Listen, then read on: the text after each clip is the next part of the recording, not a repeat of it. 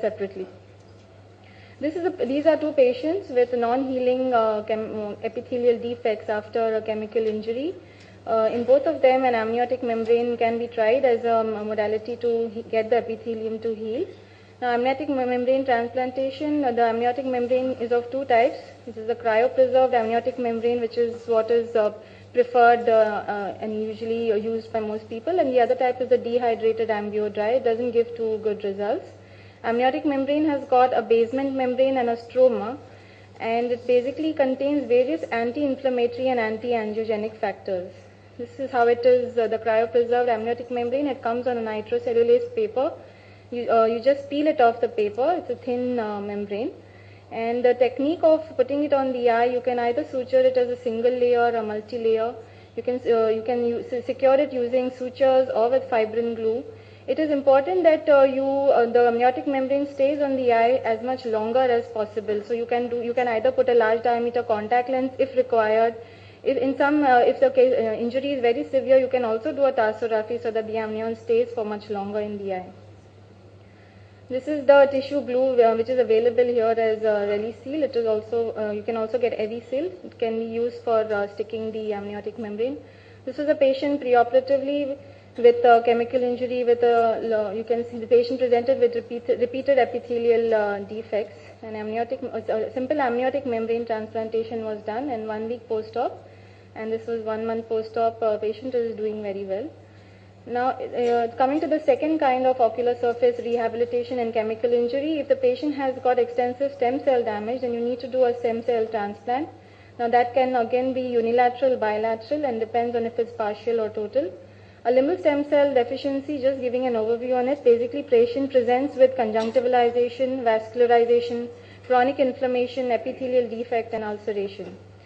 Corneal epithelial stem cells, as you know, reside at the limbus, and these are damaged during the initial chemical injury.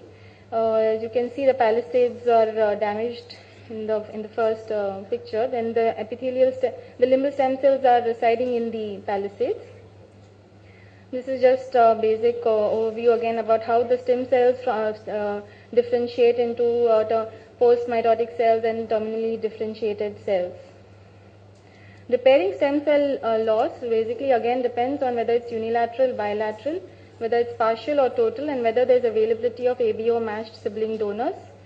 If it's unilateral partial, then you need to remove no more than 45 degrees of the upper and lower limbus from the donor eye, and then you suture it onto the eye which has been damaged. Of course, before that you need to remove the pannus from the eye which has been damaged, and then suture. You can use the amniotic membrane, or it may be done without an amniotic membrane.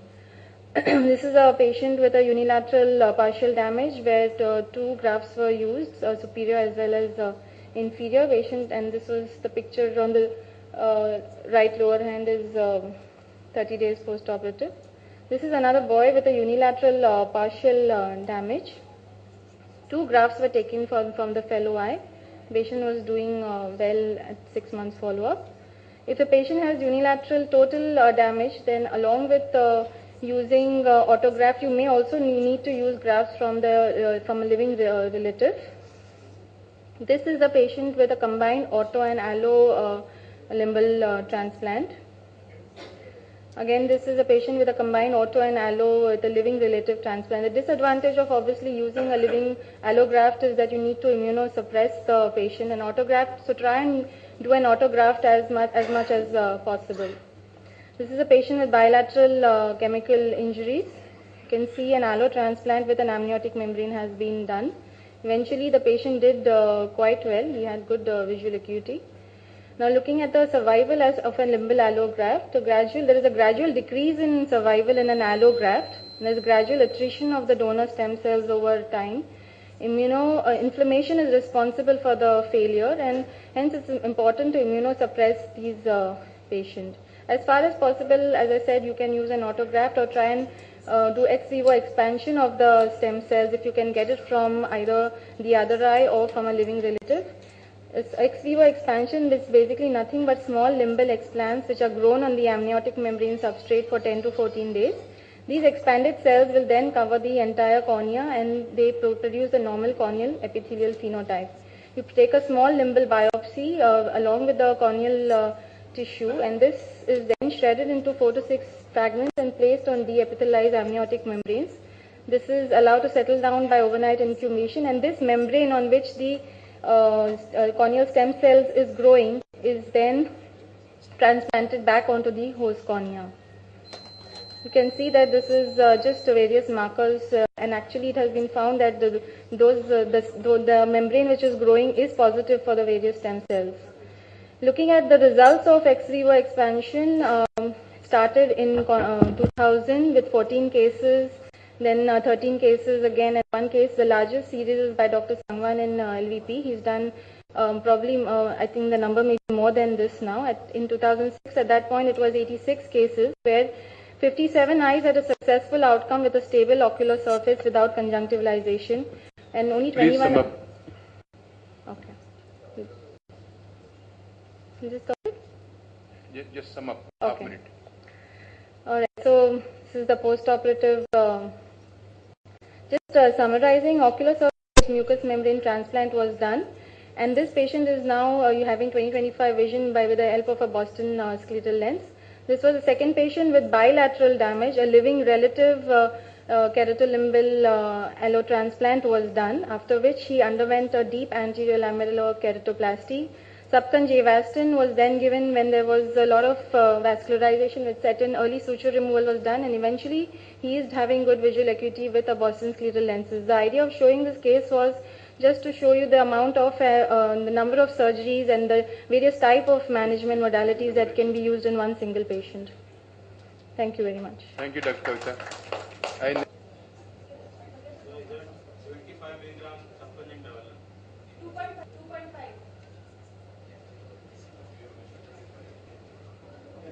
Dr. Quresh Maskati is going to talk on mechanical trauma to the cornea. We all know he's a very good speaker.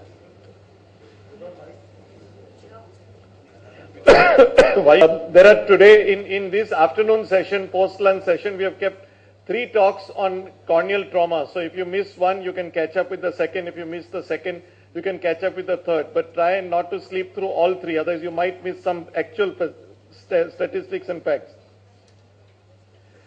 Before we start on talking about corneal trauma itself, a quick glance at something which I show in every ocular trauma talk, that the whole classification has changed for ocular trauma, so that if we are all on the same page, we should be talking about closed globe injuries, open globe injuries.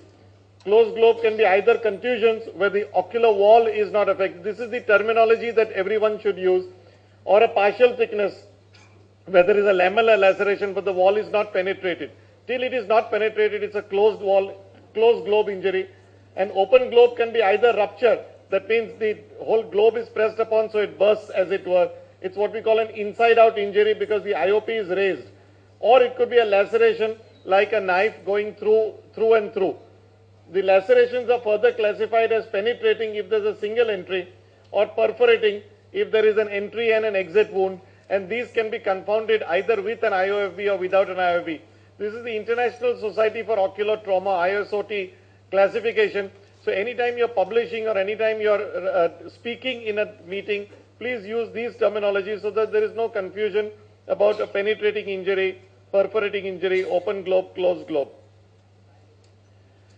Approach to a patient with corneal injury, careful history. Why? Because in my talk today, I'm only talking about trivial injuries. I'm going to be concentrating on corneal abrasions and corneal foreign bodies and leave the more dramatic injuries for the next speakers. But a careful history, you'll judge the likelihood of a foreign body, and that's important because many times we just have a cursory examination, find an abrasion and treat the abrasion. But you may miss a foreign body which is lying there unless you evert and double evert sometimes the lead. If you have a suspicion that there could have been a foreign body, you will look for it. So examine not only the eye, but examine everything else around, including double eversion. If possible, if you are in a place where slit lamp examination is possible, you will do this. Then using the sclerotic scatter beam and the slit lamp, subtle changes of transparency will tell you whether the cornea has been affected, breached or not. And X-ray if there is a IOFB suspected. This is a lamellar laceration. This is a patient with a foreign body which was missed and then led to a foreign body remaining there and causing an infection after a trivial injury. If the patient is a kid or is uncooperative, use simple torchlight examination. Don't try and open an eye of a child who is screaming, crying, hollering, because you might just cause, if there is an actual penetrating injury, you might cause a prolapse of the ocular contents.